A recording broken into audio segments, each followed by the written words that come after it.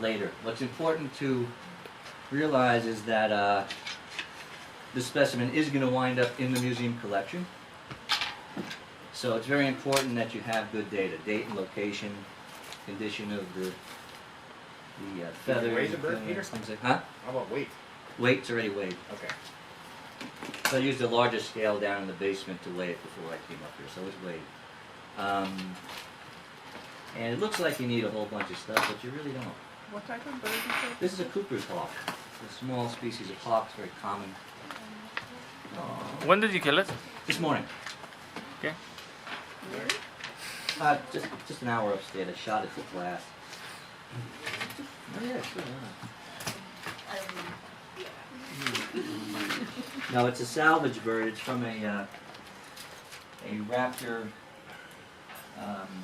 salvage center in New Jersey. It's just been frozen for a while. All right, like I said, I'm not going to talk too much. I'm just going to skin as quickly as possible. When you're out in the field, you might collect, you know, in the morning you might get 15 birds or so. And if you don't have any refrigeration and that kind of stuff, you want to prepare them, especially if you're in the tropics, someplace where it's warm, right? So I'm not going to talk too much about the parts of the bird. In fact, next week we're going to talk about the external parts of the bird and the skeleton.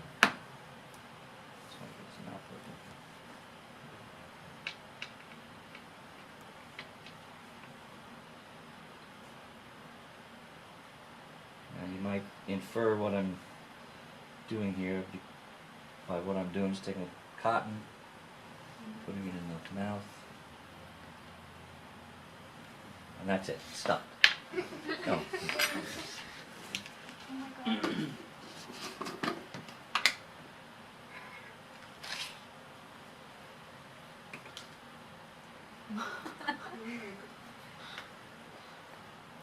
Fat.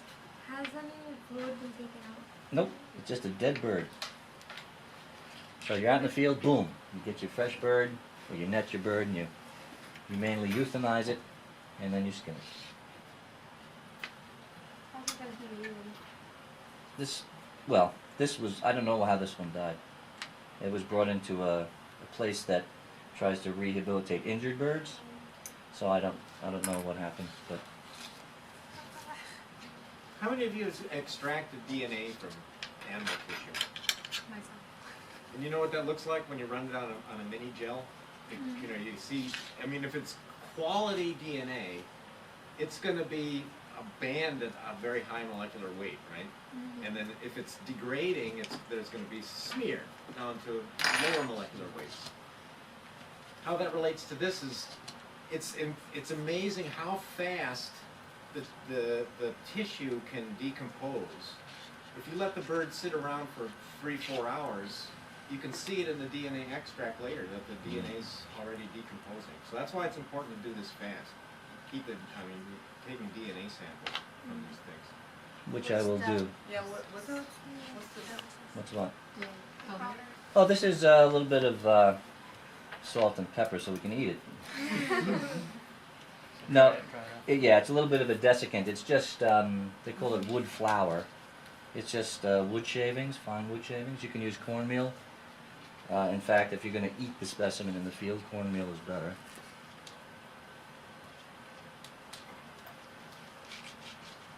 Sure, it's fat, Jeff. Very fat. So, It was in great shape, except that it's dead.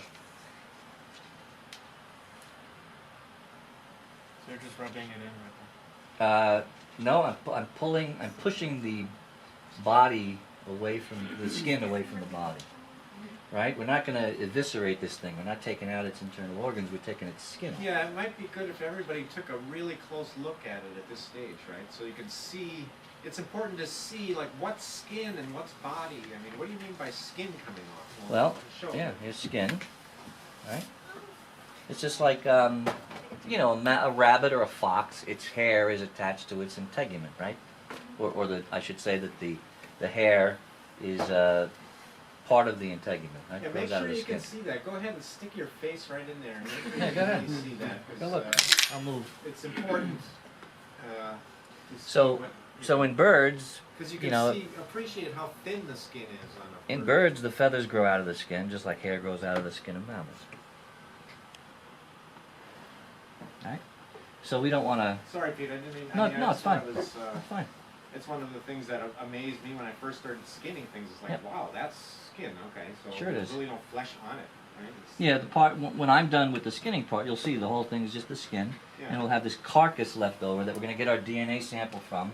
And birds, the sexual organs in birds are internal. So we always look inside and measure the testes if it's a male and the ovary if it's female. And we'll show you how to do that too. And that's all going to go in my catalog. If you look at my catalog over the years, actually this is just a couple months, that's all the data that we get as you prepare a specimen. That's blood. Old, yeah.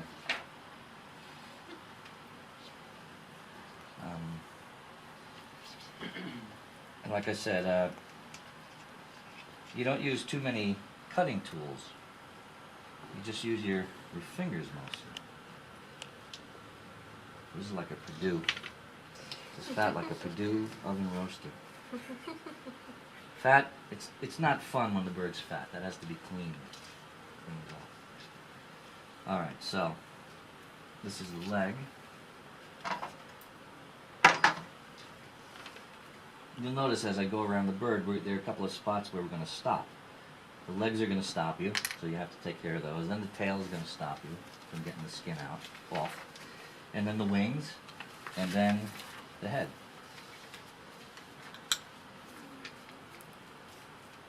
So this is the knee right here. Bird's knee is way up. Next week you'll see on the skeleton.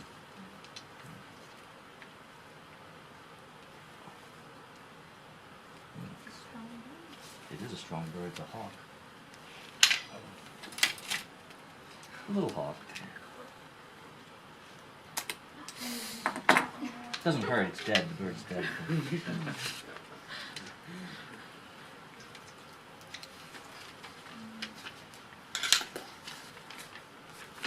Real greasy. I like that. So I'm going to be using a lot more of this stuff to keep that grease from really staining the feathers and so on. You can clean birds up. You know, if you got a real bloody bird and you skin it, you can wash the whole thing and dry it and all that, but it's just another step and it takes a long time. It's nice when you have a nice clean skin. So. You said that some birds have the waterproof feathers.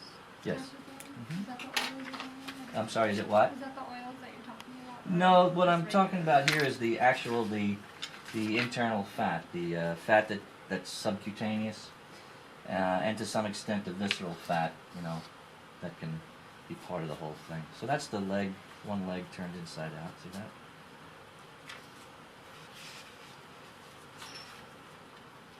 Whose is this? Is this yours? No. Do you know whose this is? Because that's DNA stuff, huh? What is that? I don't know, it looks like DNA in there. I don't know what DNA looks like. Look in the microscope, you see the A's, C's, T's, and G's.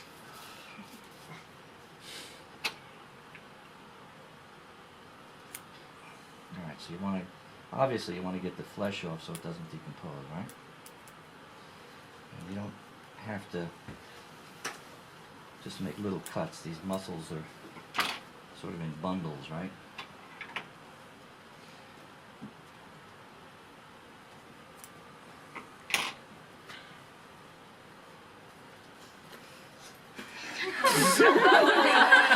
Little gift.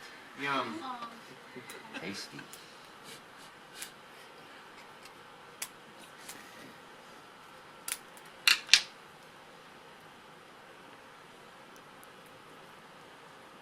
Why do you separate the bone from the... Well, I just want that meat off of the bone. Right? And that bone will be retained in the leg. You retain it? What do you cut it For a off? hawk, yeah. For a hawk, yeah. You know, wrap it. On some of these really small passerine birds, like a warbler or something, you can actually take that out. It won't matter. Yeah. How about cleaning the middle of this thing? Because it's greasy. It's too small. I wouldn't worry about it. You don't Well, wanna- if you feel like it. You got a tool for that? I just want to, yeah, I can just do this sort of thing real quick. I think the more grease we get off of this, the better, huh? Do you attach it back to the knee? What Jeff will do is wrap the leg in cotton to sort of mimic that muscle. And the bone, yeah, the bone's got, see, it's got this greasy stuff in it, so. And you keep your work area kind of as dry as possible. So that's one leg that's been freed from the body. See that? Big long leg on these hawks, so they can reach out and grab something to eat. All right. So see that? Look. So now that's hollow. That's hollow. And birds bilaterally symmetrical, so you got to do it on both sides. Everything you do has to be done on both sides. And you notice that I'm not really pulling or cutting that skin away. There's connective tissue that kind of holds it to the musculature. I'm really pushing it, because the last thing you want to do is make a hole in the skin. I mean, if you do, it's not the end of the world. You can sew it up or you can cover it up. Birds are sort of forgiving with all these feathers. But it's better just not to have a hole you have to deal with. So I'm sort of working my way around the back of the bird, pushing on the skin. Take care of this next leg. Look how high up that knee is on this bird. Way, way up there. Alright? Look at that. And so I have to push it to be able to see it. Then I get all that grease that just makes life miserable. And I'm just cutting away some of the connective tissue so I can get a hold of that. Making me hungry. Good stuff.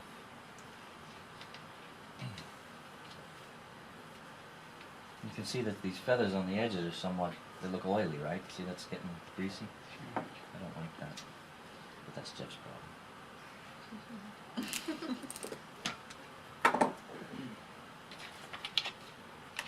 See, I had big heavy bone on a hawk, I had to use those pliers, but on a robin or a blue jay or something like that, you can just snap it. And on birds like big, pelican or an eagle or something like that, you sometimes have to actually use a little hacksaw or something. So there aren't any real mysterious tools here, you just use what's around the house.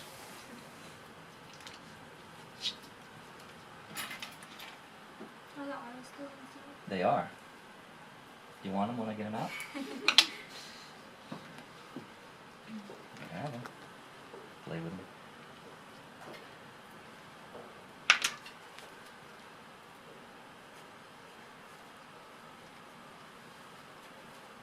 Long leg.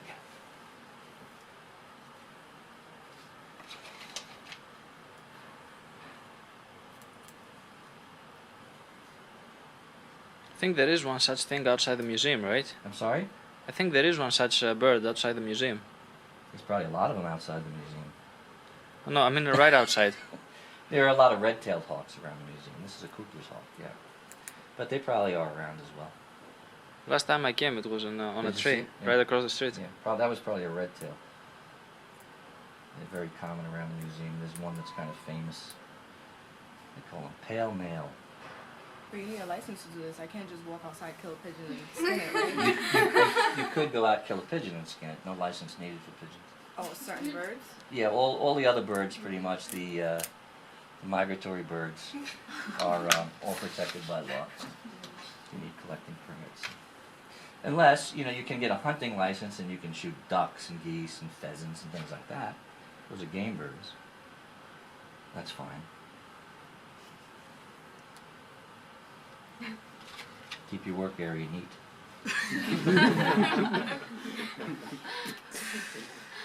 Fibula bone there you'll learn about next week.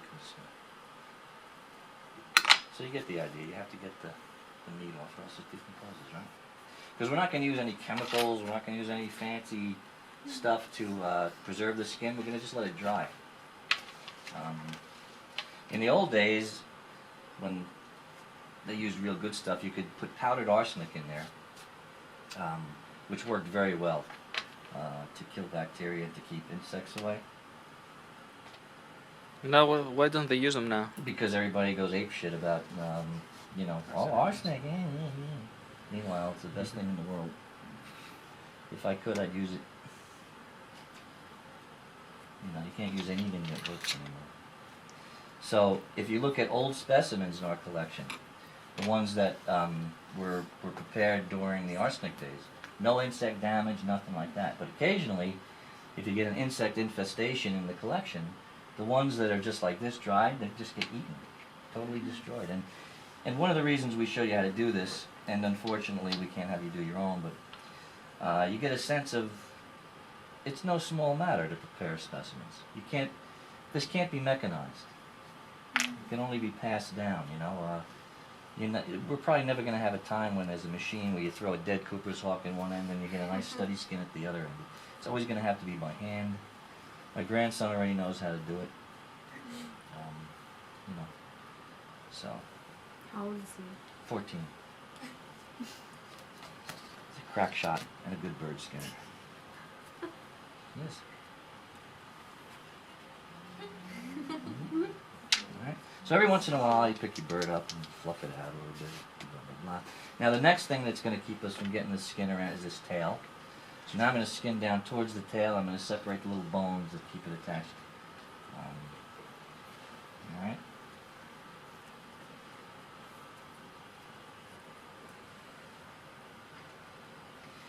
And if you want to do this, if you get a chance to make a bird skin, it'll take you a little longer your first time around because you got to feel your way around here, and you know.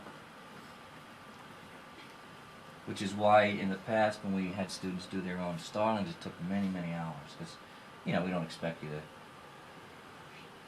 to know exactly what's going on. And some people are a little more natural at it than others. So I'm at one point here where, did I say I wasn't going to talk much? I feel like I'm talking a lot.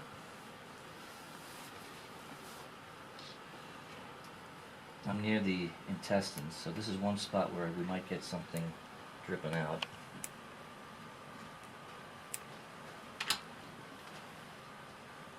So I do that. So that's the body cavity where stuff might come out. So I just put a little cotton in here to keep things clean.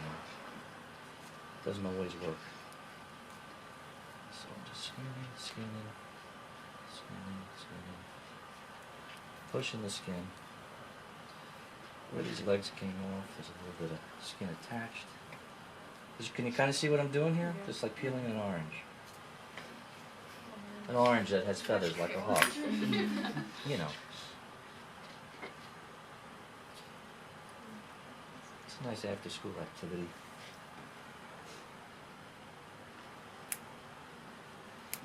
So there's a few bones, these caudal vertebrae. Remember when we were talking about avian evolution and the skeleton a little bit? There are a few little bones. They're fused together? Yeah, exactly. Well, they mostly fuse. These ones on the end actually move around. They're called free caudal vertebrae. And that's where the tail grows out of. So you have to separate it from the body. See that? Watch. Yummy. A lot of fat, Jeffrey. Yes. Alright. So you can get an idea of where we are. See that? So now I'm going to skin right down the back of this bird.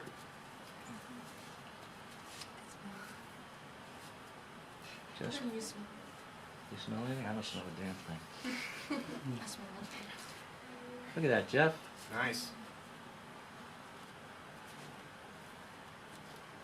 Just I'm pushing it down, not really pulling or cutting, right? Just using my palm to kind of keep these feathers away because there's a lot of grease.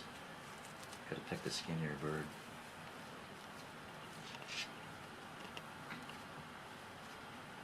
Have you ever had a vegetarian in your house? Oh well. So there it goes. You know how many times I've seen an apple peeled and a cucumber peeled? I think, you know, Yeah. it offends me.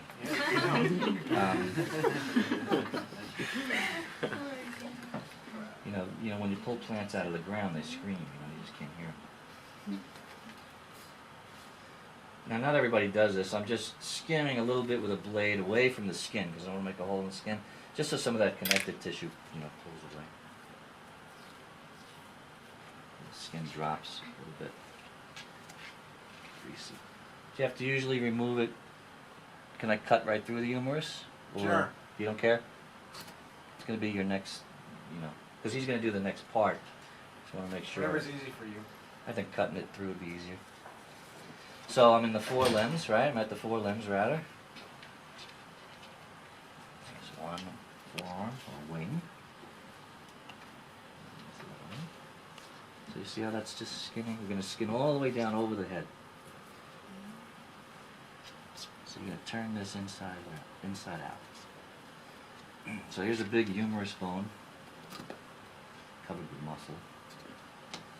Pectoralis. What do you call it? What's the arm muscle like?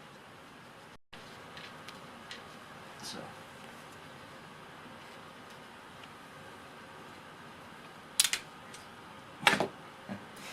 Somebody always goes, ah!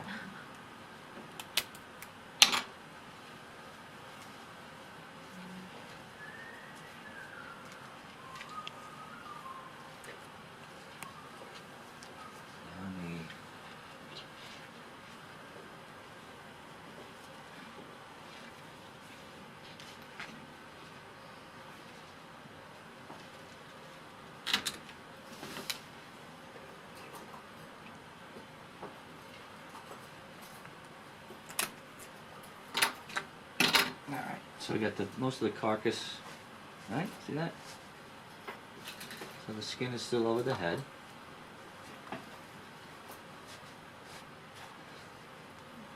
I'm going to make myself a little bit of a clean area here. So I got down like that, so the top of the skull is here.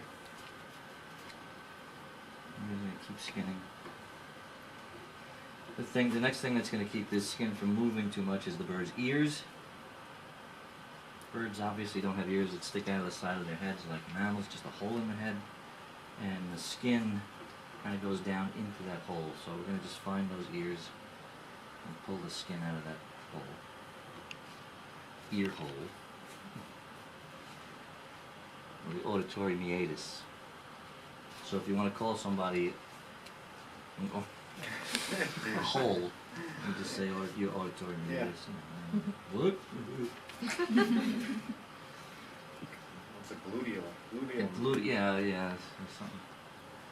Or just a big hole, foramen magnum. Yeah. Nerd jokes. Hey. All right, so you see the back of the skull here? See that, Amber? You like that? Look at that. Yummy. I'm just pushing. I don't want to make any holes. I didn't find any injuries or anything. Probably did from Probably choked on food, huh? It's like so fat. It's probably what's going to happen to me. Yeah. Pushing over the skull. I don't see any hematoma. Well, there's a little bit of blood between the bones of the skull. Probably hit a window or something. They bounce off cars too, Yeah, man. they do. Silly hawks. Alright. So just very lightly so I can find the ear. Here's where the skin is going down into that ear opening. See that little sort of triangle right there? Yeah. You see the skin is lighter than the body, so you always kind of want to make sure you're not cutting anything on the side that has a light color.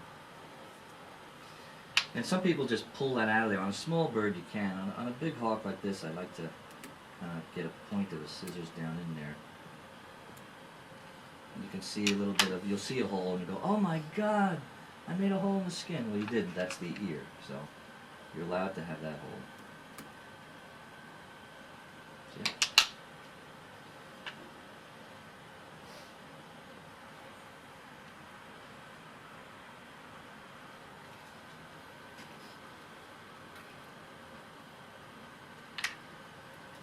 And then I can see the eye already here on this side. Big, big eye in the bird. They have two of them.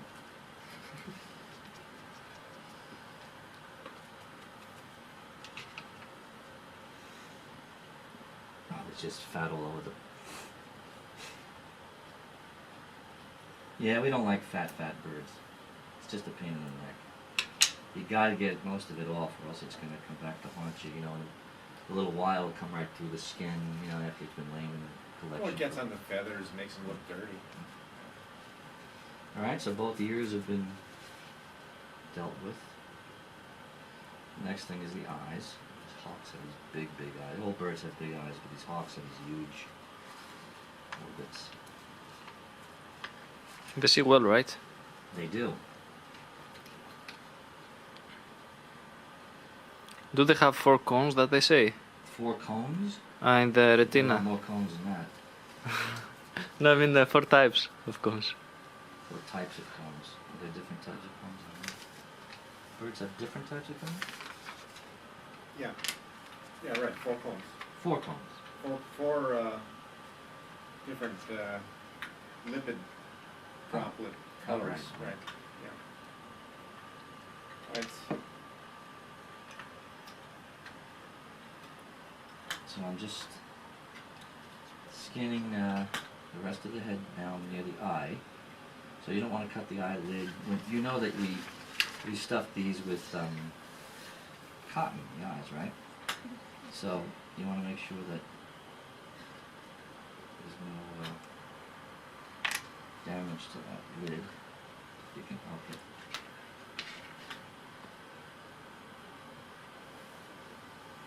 And hawks, especially these accipiters, they have a bone sticking way out over the top of the eye, called the supraorbital process. See it right there? That's what gives the hawk that mean look. Like that. Right? It's sort of like a sun visor, you know, maybe keeps the sun out of the bird's eyes while it's hunting. Like the Neanderthal or something, right? Like Neanderthals, yeah, like that guy I saw on the train today. He had some real supraorbital processes on the train. First I thought he was an eagle. It's just a guy. So that you can see the eye, see the hawk eye. I'll show you in the orbit. See that? Yep. And we do the other side, and then we're pretty much moving along quite nicely. That's the ear.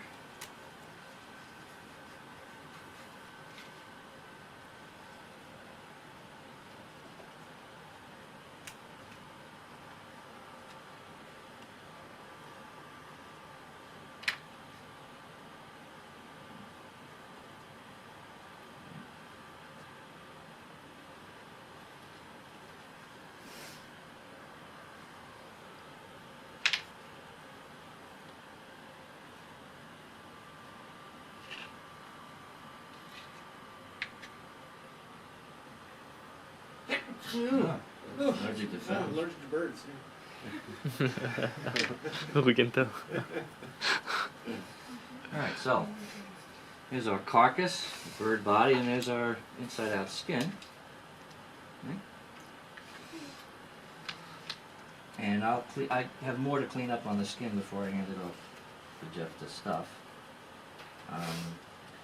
We want to take the brain and all that out of the back of the skull. We'll deal with this later on. We'll look at the gonads later, and we'll get our tissue sample from that later on. So we're going to make do a little guillotine thing here.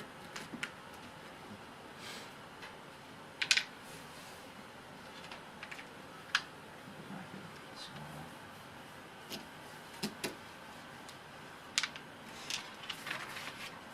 Hawk has kind of a thick skull.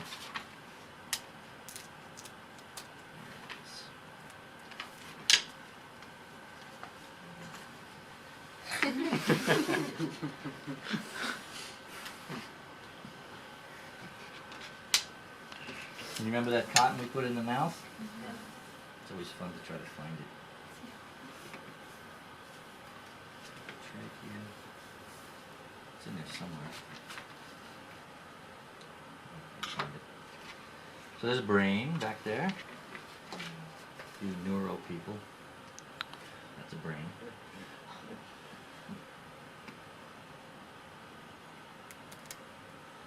Try to get all of it out at once. And this is explained in the handout here. Take a look. But you still have in the tail, right? You have some bits. That's a good observation. Yeah. There's the tongue. The cotton. Yeah, well, I still have to clean up the skin. I gotta skin the wings. I gotta skin the tail.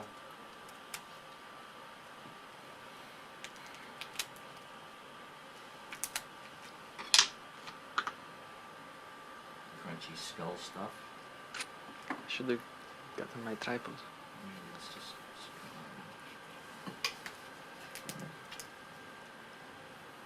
but it doesn't always come right out.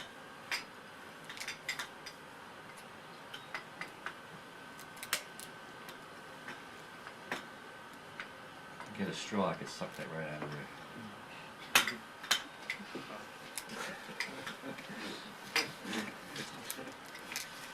Oh look, that's a big chunk of stuff. Get the eyes out. Can't keep the eyes in there. How big that eye is.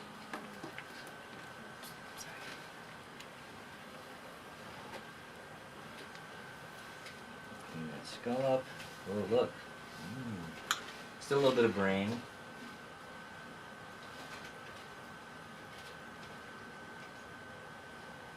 Mostly cerebrum here. I don't like mushy brain. Sometimes it comes out in one nice big chunk. Sometimes it's just mushy. But the brain is there.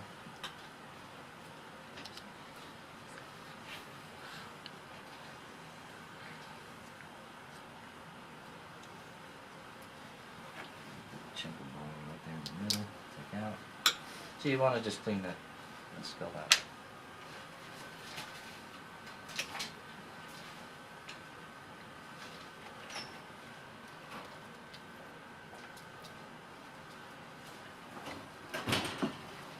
How much do they sell this for? So what? Such things. You can't buy them. Good business, yeah, 300 grand. What? Oh, to do taxidermy? Skin like that? Well, you can't legally get one. No, but I mean, if, let's say you were a taxidermist Yeah. and you did a duck, Yeah, that's $300. 300, right? And you could probably do it in a day, Oh, sure. so Yeah. you get to be a good business. Yeah, but what you'd probably do is kind of do a little assembly line thing. You'd skin a bunch of ducks and then. Yeah, then, Sell them outside the museum, maybe. What's that? Maybe sell them outside the museum. Well, not the. I mean, He's gonna come to class today with this thing. no, I used to do it. I used to do it a little bit as. I'm not a veteran, he has permission. We used to do a little bit of taxidermy.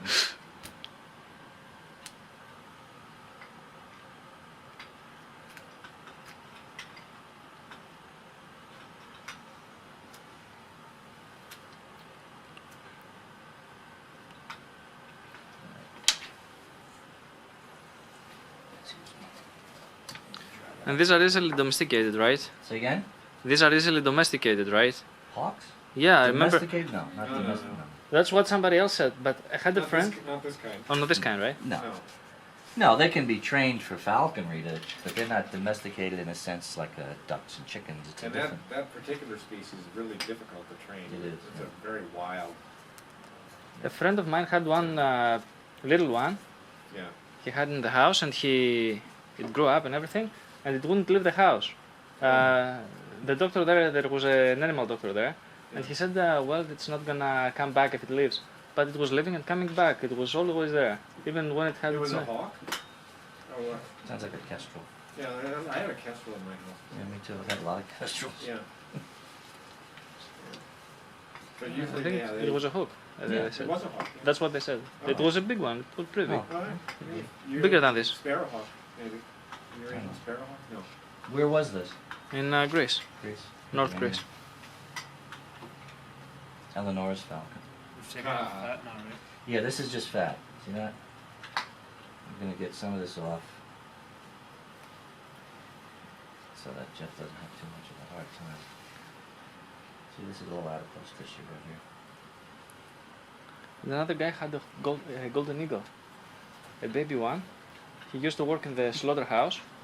He used to get the intestines. It would open the mouth. He would put the intestine, the whole intestine in there. Yeah. I don't know what to put it, but lots of food. Yeah. But usually they feed them with livers. These guys. Oh. Yeah. Huge. I had a friend that had a white-tailed sea eagle. Wow. Used to feed cats to it. Joe Becker used to throw all these stray cats to his eagle. Nice and tasty. So this is all fat. Look what I'm doing. I'm just pulling this fat off. And there's a little bit of meat, bone left down in the tail, which is where I am right here. See this? And that has to be skinned out. And I have to skin out the wings too. So it's moving along pretty quick.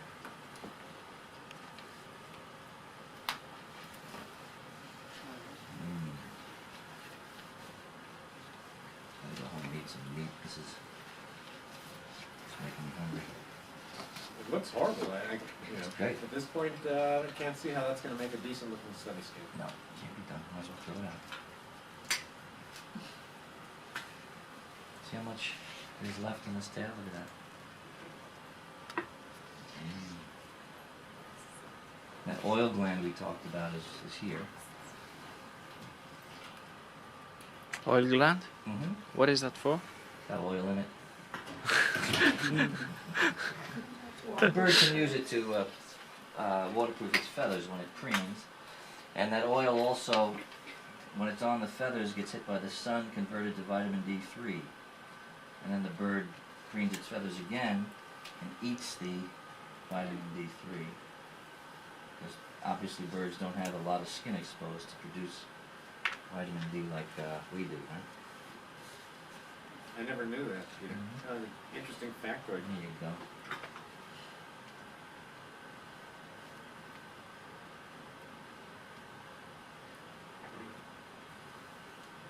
So I'm just skinning down this. Gotta be careful, you don't want to cut into the skin, it's pretty close. So there's like some bones in there, those last vertebral bones that you want to get out of there. So you can sort of cut like a V here.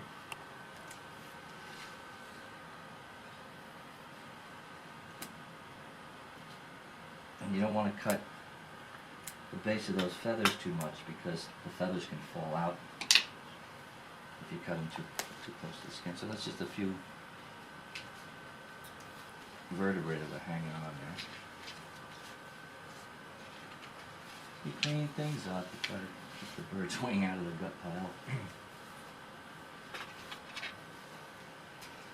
Last summer I watched Jeff skin a turkey. You know how big a turkey is? I mean huge, like a turkey. Domesticated turkey, No, right? a wild turkey he shot. Big male that he shot either that morning or the morning before, I forget. We went out and we shot it. And it was huge. That thing weighed 20 pounds. Easy, right? We didn't have a scale. I know, but but monster. It was yeah. so he had his eye was infected and he couldn't see. He's blind as a bat. So he's out there in his yard skinning the turkey with household paper scissors. Took about 5 hours. And he's out there skinning a turkey. It was miserable. It was horrible, It but was he got it. miserable. It was hot. It was summer. Yep. And Covered my with hands ticks. were all bloody. Yep. And the bugs were coming to bite me. And you couldn't see. I'd want to swat the bugs with my bloody hands. Yep. And it was a mess. A scissor. A house I scissor. was just Not even so one of these. irritated after that. But you did it. Yeah. You're not nice. No. Yes, it did. Oh yeah, it came out beautiful. Yeah. Yeah. So you see, these are the base of the big tail feathers, right here. It's not meat, that's tail feather. So you don't want to get rid of some of the meat, but you don't want to cut into those.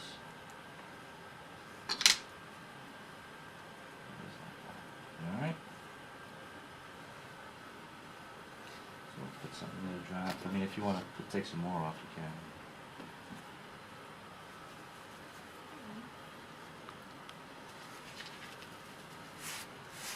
See that? Ooh. All right, so now I'm going to just skin out the wings, and then I'm going to hand it over, I guess. Is that all right, Jeff? Sure. Ordinarily, as I said, the person would just continue on. But there's a lot of meat in the wings, so those have to be skinned. And the way you do that is you turn the wing inside out. You want me to just keep everything except, take everything except the ulna out? What do you want? Any way you want to do it. I'm going to keep the humerus? Sometimes I leave the humerus in if it's a really big bird. I like to tie them together. But if you take them out, that's fine. It's not that big a bird. You still have the ulna, right? I mean, I just kind of take this big chunk of the humerus off. You can take the whole humerus off if you want.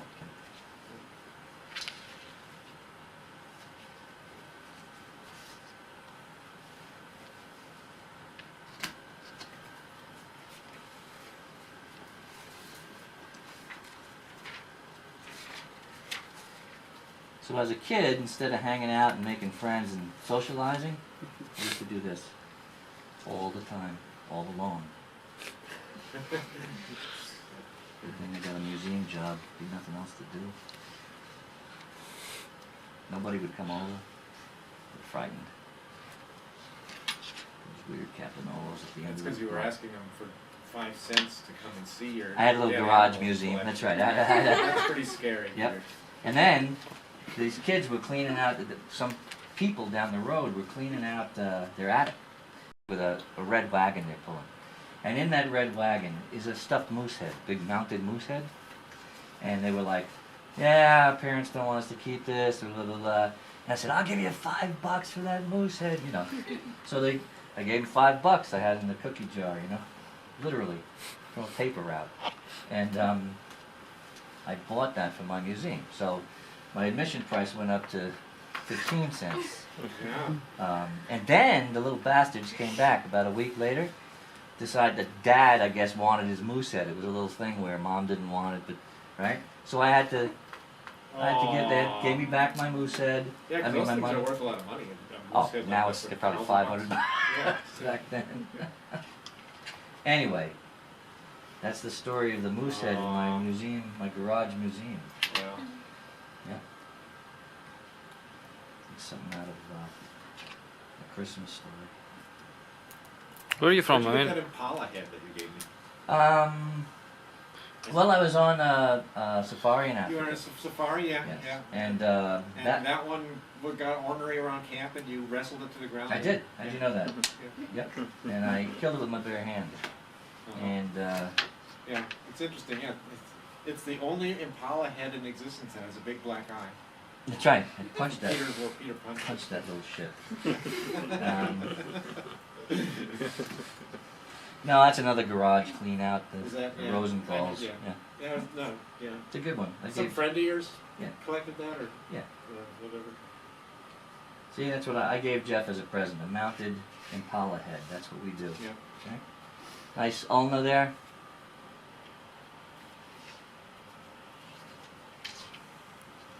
Very clean. Look at that. Oof. That's clean. Anyway. Let's play with that. Got one more. And we're in the home stretch here. Aren't you fascinated, kiddies? Huh? It is kind of weird. Right? I mean, You ever see anything like this before? No, of course not. We're professionals. it's not really biology, though. Sure it is. It's art. It's all, well, sometimes there's a fine line. Yeah. How many of you like to draw and sketch? Come on, put your hands up, put them up. Right? Goes hand in hand. Yeah. It's good to have field sketchbooks and things like that. Yeah, yeah. That's part of the appeal of biology, I Yeah, guess. this kind of Close to art. biology. Yeah. So, I mean, how are you going to do anything artistic with DNA? microscope slides. Yeah. Yeah. With DNA. Yeah.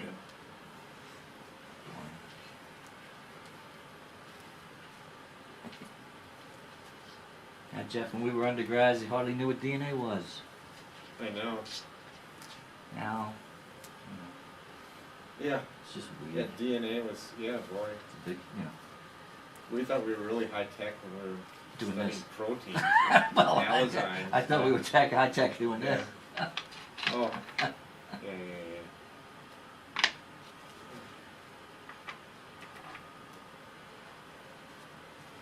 So we have a friend upstate who's a professional taxidermist who, during deer season, gets in a bunch of deer heads and bear and stuff like that. He makes a living like that.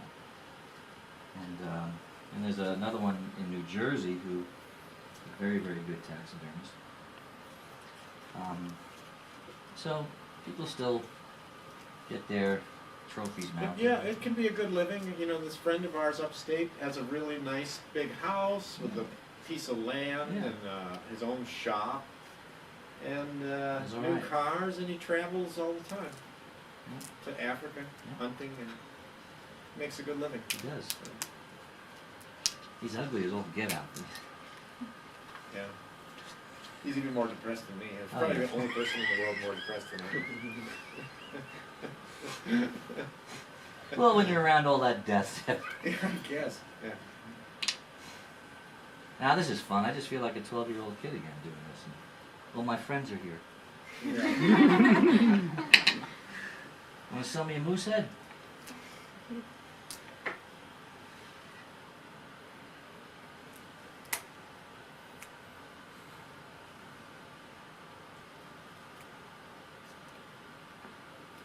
So I just get these tendons and stuff off. So you just remove the radius bone is just out of there. Yeah, everything's gone. You just have an ulna and a hand. Yeah.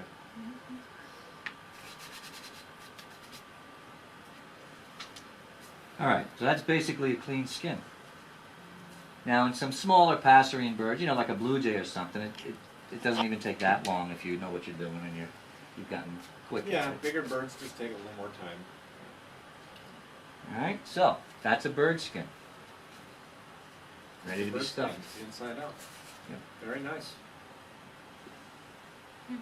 Want to pass it around? Yeah, hold it up by the head. Come on, I need to clean up a little bit. Balls or whatever. This is very long fiber cotton. We got some samples from different companies and like this. Look at how nice this comes off in these gossamer layers like this. It's good for this kind of work. Long fiber. Long fiber. Okay, so what's happening now, of course, is this skin's already drying out, right? So it's sitting here drying out, especially like around the eye holes and things like this.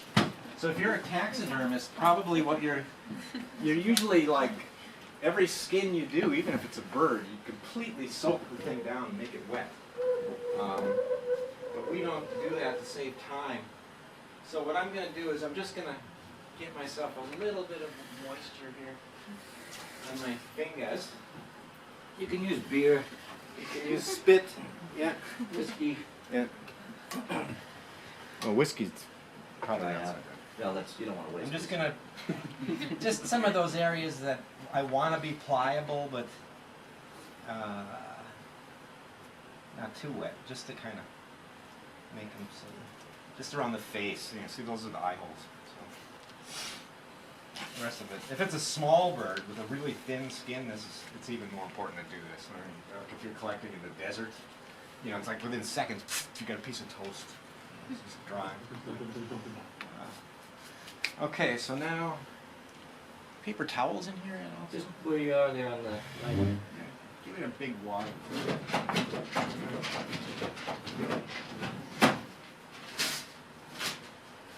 Yeah, thank you. Okay. So the first thing is we want to get the skin right side out as quickly as possible, and there are different ways to do the eyes, but I like to do the eyes at this stage. Just fill in the holes there, the orbits, with pseudo eyes made of cotton. And you want to make some nice little spheres like this. Make sure they're the right size. Hawks have big eyes. Just make an eye. Nice and firm, tight.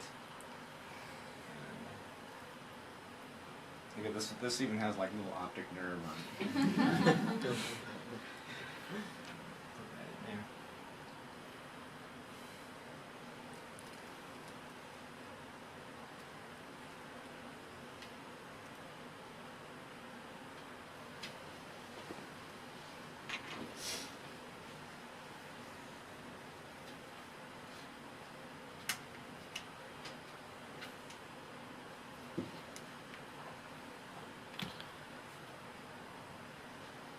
Isn't it a good idea to put these plastic eyes on top, you know, like... Well, if you're going to make a life mount, like a taxidermist, you get these high-quality glass eyes. And at this point, what a taxidermist would do is fill those orbits with some material like clay that you could set those eyes in. And then turn the skin right side out and then play around and get it right. Okay, so there's the eyes are in there, and my hands were nice and clean, so I don't turn the eye cotton, greasy pink color from having dirty hands. Okay, now we're going to do the magical bit, if we can, and try to get this thing right side out. And it's tricky sometimes. Reach your finger in there and try to see if you can feel the tip of the beak. It's a curved beak. It's a curved one, so it's not so easy. We're working fast because it's drying out.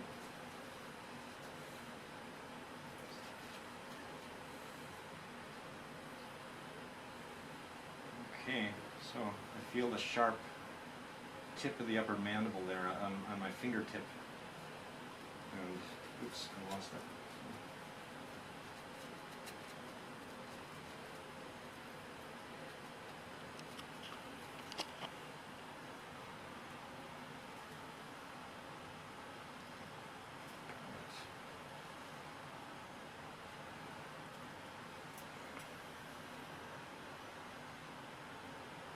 Somewhere, there's the beak.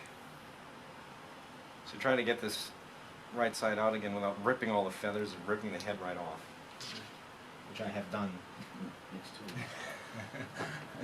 Especially when it gets dry, you know. It's dry. It's dry. There's some woodpeckers with a skin left or something. Oh yeah.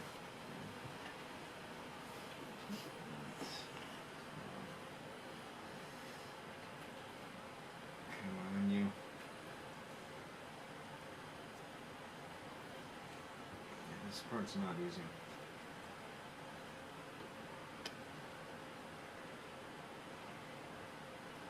And if the bird's molting, which means the feathers are already loose, you know, then feathers are coming out, and you just get so disappointed with yourself as you try to get this.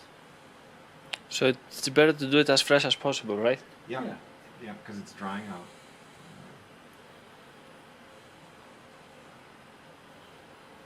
And it helps to have some bit of fingernail length, you know, kind of.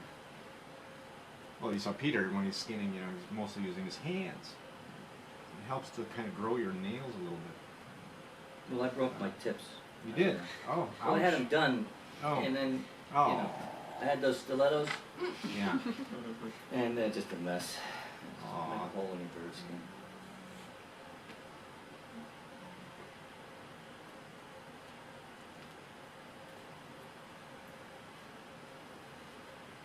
I see a beak. There, it's coming. It's like somebody being born. Slap that thing on the ass when I put it out. Get it to cry.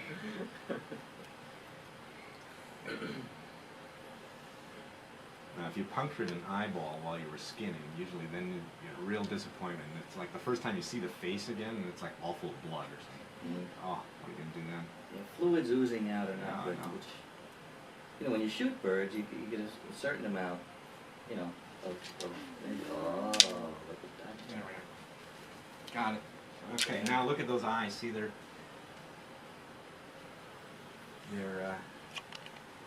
begging to be reshaped at this point. Sometimes I'll even try to get my force it open like this and try to grip that cotton ball around the back and try to pull that eye out a little bit like that. Give it some shape. Try not to rip all the fibers.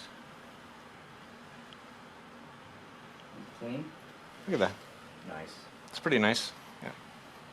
Nice and clean, Peter. Yeah. And the other guy. Because I couldn't really tell the whole last part of it. I was blind as a bat. Yeah. Now I soiled that eyeball a little bit. There's some bloody looking. I'm gonna just tuck that under. George Sutton's rolling in his grave. That doesn't mean anything to anyone. No, not even me. That's Sutton. Talking to yourself. Sutton was a good bird skinner back at Cornell. And if there was the slightest discoloration on that icon, Yeah, he'd yeah. do it again. Yeah, do it again. Yes. Okay, now a big bird like that, these wings are real floppy, and it's important to do something about that. And one thing that's possible to do is if the humeri were left in there, you could tie them together to each other. But in this case, the humeri are gone. So we're going to do another thing. If you look at the base of the wing, it's like I'm going to turn this wing back inside out again. Try to find that almond bone. What is that?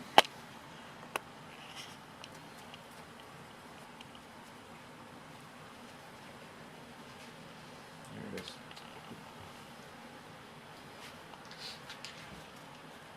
Okay.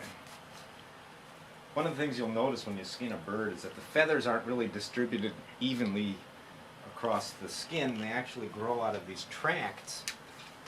And you can see where the tracts are when you turn the skin inside out. Like when you see sort of like these lines like this, or like look along here,